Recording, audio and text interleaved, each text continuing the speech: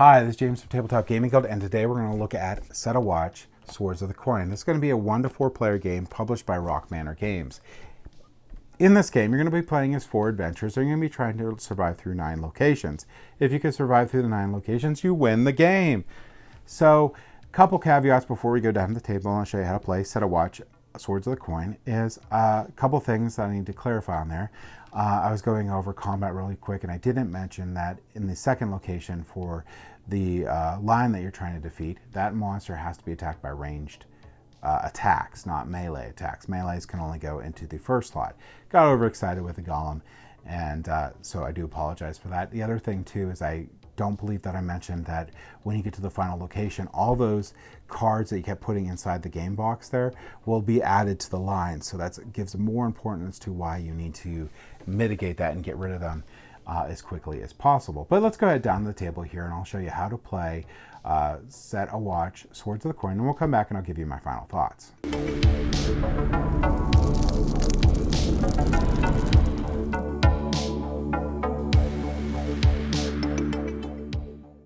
All right, so this is Set a Watch, Swords of the Coin, and it's going to be a standalone expansion. You don't need any of the other expansions or the base game to play this. It's just everything you need is here. And you can see you got a good bit of components with this game.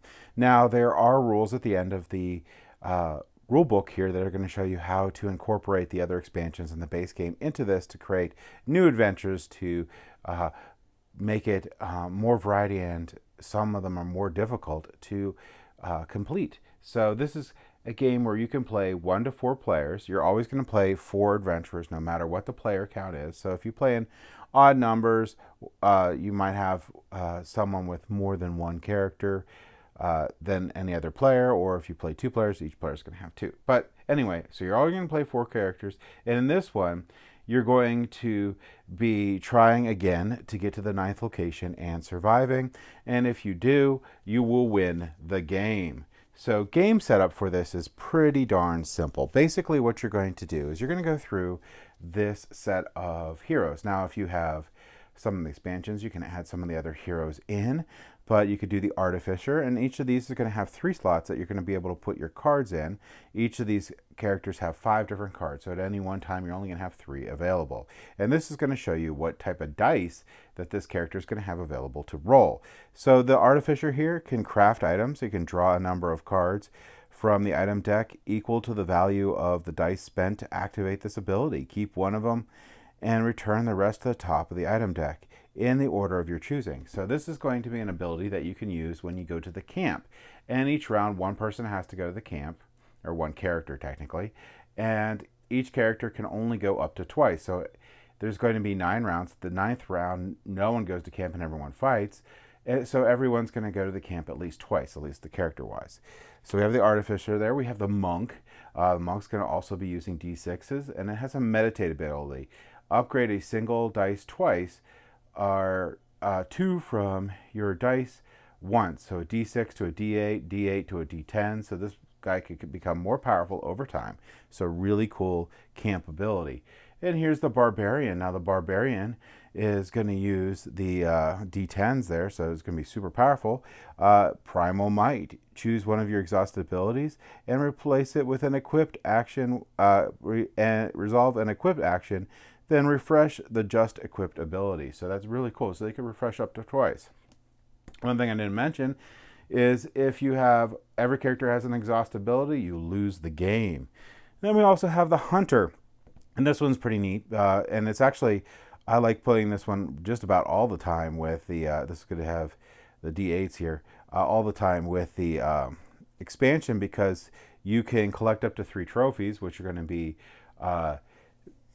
monsters that the hunter directly killed only, and you collect up to 3 of them, and then when you go to camp you can sell them and get coins. So discard up to 3 of your trophies to the graveyard, then collect the coins equal to the total damage of the just discarded trophies. The other nice thing is here is if you collect these trophies, you know they're not going to come back to get you later on, because you will be reshuffling that horde deck later on. The Heretic here, this one's going to use Seal, and it'll be able to search either the graveyard or the creature deck for an unhallowed card of your choice and place it at the bottom of the unhallowed deck. Then if you search the creature deck, shuffle that deck. So that's a good one to have around too. And then we also have the Witch. So the Witch is going to use Dark Magic. Choose an adventure or refresh one of their ability cards. Then either add the top card of the creature deck to the horde, or draw an additional creature from the creature deck and turn it, line up during the watch phase. So that's the Witch. And then we got these really cool colorful dice that you got with the game. So you're going to pick 4 characters.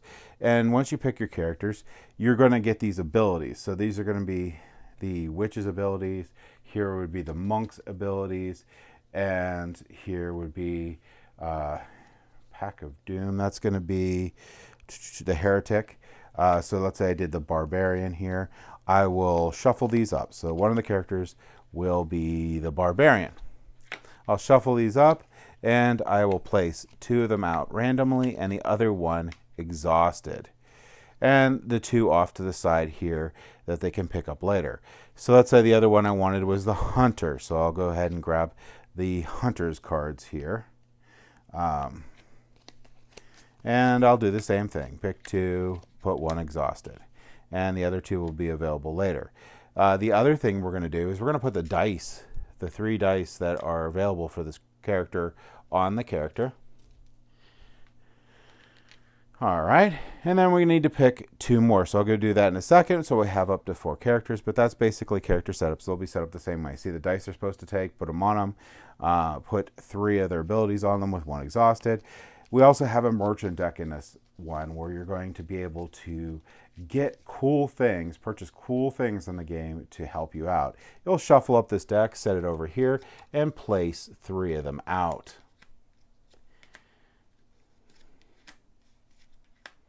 Okay. Next, we could set up the locations. And the location setup's pretty easy, but you're going to need to look at 3 different things when you do this. So there's going to be final locations. And if you've played the base game, you know there's only 1 final location. But in this game, there's going to be 2 final locations. So you can go ahead and pick one and place it face down. So that's going to start the location deck that you're going to go through. Then you're going to find all the cards with this symbol and set them aside. And then you're going to find all the cards that don't have a symbol, and you're going to shuffle them up. You'll shuffle these up, and you'll draw 8 cards out. And you'll put those 8 on there. Now, the other final location that you didn't pick, that's going to be removed from the game. But these location cards that you shuffled up and got 8 out of that you didn't use are going to get shuffled into these respite locations, the one with a little camp here. So we'll shuffle them up, and they'll go inside the box where it says unused locations. So they'll go right here. So again, I didn't mention this, but the lid and the inside of the box is used as your game board. Additionally, you're going to see these locations with these little coin pictures. You're going to place out coins on each of those locations. You'll gain them if you do those activities. You'll place the campfire on 7. Now, if you want to make the game more difficult, you can roll a d6, and that's where your campfire will be at. You'll put out these campfire tokens here. These are going to show, there has a 1 side and a 2 side. That's going to show when a character goes to camp, they'll pick up those tokens and they'll flip it over when they've gone a second time. All right, so lastly here, you're going to also set up the horde deck here. So we have this horde deck. You're going to separate all these ones of the normal cards out from the ones that say unhallowed. So those will be separated out. Next, inside of this deck, there's going to be 2 acolytes. Take them out. And there's going to be these summon cards. You're going to take all the summon cards out. Now, this deck here, we're going to go ahead and shuffle this one up. And we're going to take 28 cards out of the main deck. So this is not the unhallowed deck. So we'll shuffle this up here. All right, so once we get this shuffled up, we're going to deal out 28 cards. Now, all the other remaining creature cards will be going back out of the game here. So you would put them in the box, but the box is the game board. So just somewhere out of the game is where they're going to go. All right, so we have our 28 cards. We have our 28 cards. We'll set the other ones outside the game here. And we're going to take our two Acolyte cards and we're going to put them in. All right, then we're going to go ahead and give this another shuffle. So we shuffle in the Acolyte cards. And then we're going to, which I'm not going to super neatly do this, we're going to go separate these into two even piles. Then we're going to take a look at our summon cards and see how difficult we actually want to make the game. If we use one summon card, it's going to be easy. 2 is normal, 3 is hard, and 4 is insane. So we're going to go ahead and just go with 2 summon cards. So I'll put 1 here and 1 here. Now you're going to evenly place this, but if you had an odd number, you would put the higher number in the one that's going to be hit first. So we'll shuffle this deck here, which will have the normally lower number of summons if we're going to be doing that. And then we're going to go ahead and shuffle this deck, and we're going to place it on top. And these are going to be the monsters that we face in the game itself. All right, so now we have these unhallowed cards. And now what we're going to do for these unhallowed cards is we're going to shuffle these guys up, and we're going to place one on the horde spot up here. Then we're going to go ahead and deal out 7 of these. 1, 2, 3, 4, 5, 6, 7. Place it face up. And these are going to be the unhallowed cards that we're going to have for the game. The rest of the unhallowed cards don't go in this game, and they get removed from play. All right, so I'm going to go ahead and set up 2 more characters here, and then we're going to go ahead and I'm going to start, and I'm going to show you how to play this game. All right, so now that's set up, we're going to go through a game. And basically what we're going to do is we're going to go to a new location every round until we get to the 9th location or die. So to start out the game, we're going to go ahead and flip out a location. Now these locations have a couple different stats on them. One is going to be reducing your fire level, and the other one's going to be how many minions come out to kill you, and then it's a ability here. So this one here, on the first turn, you're not going to reduce the campfire, so we don't have to worry about that -2. However, we're going to be fighting 7 monsters soon. And this, each human creature in the line gains +2. So the line is going to be what we're fighting. So we don't want a lot of human creatures in there. And we're going to put that out, and we need to defeat that location. Then we're going to go ahead and roll dice. So every hero is going to go ahead and roll their dice, and these are going to be the dice that they're going to have available for the turn. And you're going to use these dice and their abilities to try to pick who you want to have go into the camp first. So normally I'll say if I'm playing with a monk, the monk is the first one I normally want to have go to camp. But you don't have to have the monk go to camp, but he's normally the first one I want to go to the camp because I want to sort of upgrade these die. So we're going to go ahead and pick someone. I'm going to go ahead and say the monk is going to go to the camp first. So when you go to the camp, the player who goes to the camp can refresh one of their spent actions there. So he's full up on health now because these are actually your health. And you can do the various different camp actions. So I can use the character's special ability. If I use that, I'll be upgrading a die. But it'll stay on the same result though. But I could upgrade the die, which is something I definitely would want to do. So this would go, and it would now become a D8. So a D8 of 1. All right, so that's pretty cool.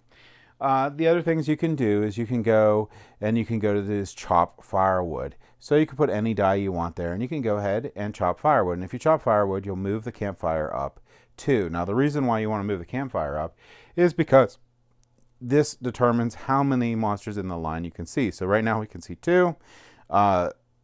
If it goes down all the way down here, we'll only be able to say 1. And we can never let the campfire go out. So it becomes a mandatory action to raise the campfire. And if we're not at camp, then people have to start exhausting abilities to be able to push that up. So that's chop firewood. The other things you can do is scout ahead. When you do scout ahead, you'll be able to draw and look at the top 2 cards of the creature deck. For each card, return it to either the top or the bottom of the creature deck. So I could take a look at the top 2 cards right here.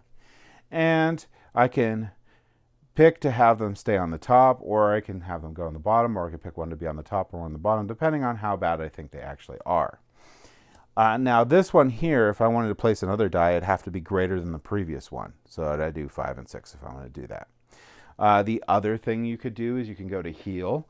If you place a die in heal, you could pick one of the adventurers and you can unexhaust their exhausted ability, so heal them up. You can also do any of these runes things. Now for the runes, we're going to just pretend I rolled 2 5s. You have to have pairs to at least do it. And you could do doubles or triples. If you did triples, you'll be able to do all 3 actions. If you do doubles, you only can do 2 of them. So the actions you could do in here is going to be seal. Remove an unhallowed from the graveyard and place it at the bottom of the unhallowed deck. So I can remove an unhallowed from the graveyard and place it in so the graveyard hasn't happened yet, but normally we'll put the unhallowed over here, but we'll have a graveyard of creatures, which I'll show you, and I can get rid of an unhallowed that way. I could do vanquish, remove the top card of the horde from the game, so I could vanquish this card out of the game and they're just gone. That's really, really good. Also, I could bolster. All adventurers on watch may choose to re-roll any number of dice. So it's not the person on the campfire, it's all the other players which will be fighting here soon. So that's how that works. You have doubles or triples. If you have triples, you do all of them, which is pretty cool.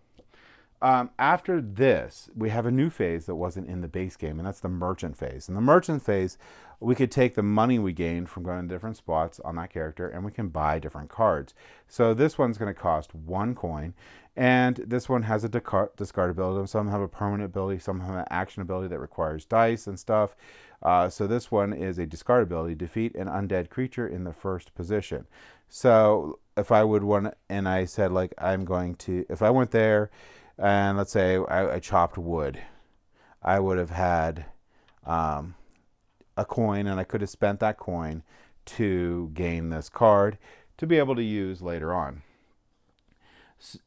So that's going to be the merchant phase. But at the end of the merchant phase, 2 things are going to happen. One is we're going to add a coin on every location. That's not a 3 actually, just a 1 here. They can have a 3 coin here, but we want to make sure we put them on the one side that didn't have a die. So there could be multiple coins on each of those locations. And we're also going to flip over the next card for the merchant row. Now, if this was all full, I would pick one to cover over. And if I purchase that one covering over, I can purchase the one behind it too. So that's how that works. So now we're going to go into the watch phase. Now the watch phase is going to be where we're going to be fighting these monsters. So all the other characters that rolled their dice are going to get ready to fire at these monsters. Now the number of monsters we're going to put out is the number on the location. So if I look at this, I can take this number and I put out this number of monsters. One thing I need to go back really quick before we do the watch here is I forgot the locations. So you have this check map that I didn't mention and this equip action that I didn't mention. Equip is going to be where you swap one ability of your current adventure with an unused ability. So notice you had like 2 abilities that you didn't have in the game. You could swap these in. Now if you swap them for an activated one, it stays activated. But if you swap it for an exhausted one, it has to come in exhausted. So just keep that in mind. Sorry, I missed that one. And the other one is going to be check map, which is going to take a 4+ die. So you have to have a die of 4 or higher to do. Check map is one of the most important ones in the game, I think, because it can save you. So you get to look at the top card of this, and you look at the top card of the locations inside the box. You're going to take a look at these locations, and you're going to pick one. So here's like the Fortress of Asylum, or I could go to this hidden path. I actually, even though this takes away more firewood, this one's pretty nice. This one here at the end of the watch phase, each adventurer gains 1 coin for each unspent die. I probably won't have unspent die, so I'm actually going to say I want this one, which is the original one there, and this one will go down to the bottom. So sorry I forgot about those 2 options you can have when you go to a camp, but those are 2 options. All right, so let's get into the fight here. So I'm going to deal out 7 cards because that's how many the location says that I need to have, and this is going to form a line. You can make the line anywhere. I'm just making it over here. And then we're going to take a look and check to see how many of these monsters we can see. So right now it's going to be 2. So I'll flip over these two monsters here, and we're going to take a look and see what they got going. This one has an ongoing ability. Abilities can only be activated when the die result of 3 or higher. So that's not fun. And this one, Zombie Horde. Zombie health is increased by the creature's base health on top of the graveyard. So we have nothing on the graveyard. So right now it's at 8. We may want to just kill this guy. This one has a health of 6, and this is how much damage it's going to do to us if it makes it through to the end of the round. So we have our 9 dice that we can use to fight with. So in case of the Barbarian, I could just place this 8 on here and auto kill this zombie here. But we also have this ability problem here. So you have to be on 3s or higher to use abilities. Now when you use abilities, if you place a die on the ability, you'll get to use the ability here without exhausting it. You can additionally, without using a die, or even after you used a die to use an ability, you can use the ability again, but if you do, you'll have to put it to the exhausted side, which is taking away some of your life. So you're going to look at all these abilities in here. You need to defeat 7 monsters. The Barbarian is pretty straightforward. I could just put the 8 on the 8, and this Zombie Horde goes and dies and goes to the top of the discard pile. This die is spent, so I'll put it over here. It was an 8. And then we're going to flip over the next card because, again, we have a campfire level of 2. And we'll move this line down. Now we're going to look at the new ongoing ability here for this monster. This monster here is increased by the total items equipped by the adventurers on watch. So we have 1, but he's not on watch, so it doesn't get increased. So he's still at 8. Now I can look at it, and I think maybe the Barbarian's just going to use their die to take out monsters. This one here is an 8, but I can use a 9, and this monster is immediately defeated, and we can go ahead and flip over the next one. So the next one here is going to be a coffin swarm rat. Rat swarm's health is increased by the number of unrevealed creatures in the line. So there's 3 unrevealed creatures right now. So that one's an 8. But we could say the Barbarian doesn't care. This is very overly simplificating it, but that guy dies. We'll go ahead and flip over the next card, and now we have this monster, the Wandering Giant. So we have all these other heroes that can now fight, and we could also activate these abilities like Expertise, passive ability. When resolving a direct attack, double the value of the dice against any creature type in your trophy collection, then discard the trophy. So we don't have any trophies yet, but we could be using this. We're going to keep on going until we defeat everything in the line or we run out of dice. So at the end, whatever's creatures are left, so let's say this creature was the only creature that's left after we've used our dice.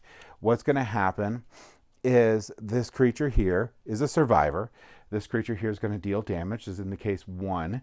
We have to pick any character on watch here, and we have to exhaust 1 card. So we'll say the Barbarian, and then we're going to place this card into the Horde deck over here that's going to come at us at the end of the game. All right. Now we're going to keep on going through this game here. Everyone's going to get their dice back, and we're going to start a new round. To start a new round here, we're going to go ahead and flip over the next location, and in this case, we're going to reduce the campfire by 4. We're going to fight 7 monsters, and this is the effect that we're going to have for that round. We'll go through that round, and we're going to keep on going until everyone gets exhausted and we lose the game, or we make it to the final location. Now at the final location is going to be a little different. We're going to do everything like normal, except for there will be no watch. Everyone's going to fight at the final location. If we survive, we will win the game. So that's going to be how you're going to play Set a Watch, Swords of the Coin. Let's go ahead back up the table here, and I'm going to give you my final thoughts on this game.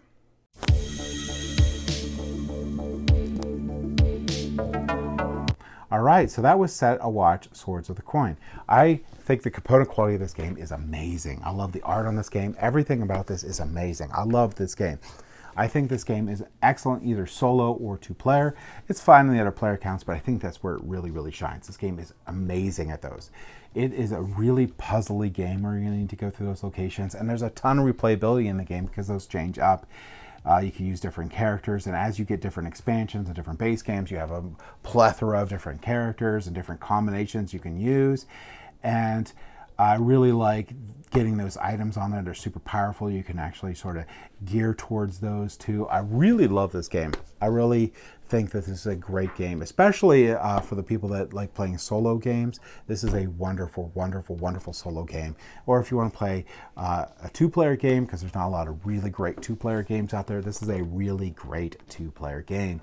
I just think that there's so much replayability. There's so much support for this. Each of the expansions only adds a little bit of an element, and they're all standalone too. So you could just play that expansion as is. You don't need to mix anything up. So if you're not into like mixing these different things up and playing with them, you don't need to. There are rules on the back here that let you do that. So that's really cool. And then you can get the Doomed Run expansion that can do a giant big thing with all of them, and you can do different campaigns with it. Just really, really great game. Can't say enough about it, but that's my thoughts on Set a Watch, Swords of the Coin. Thank you for watching.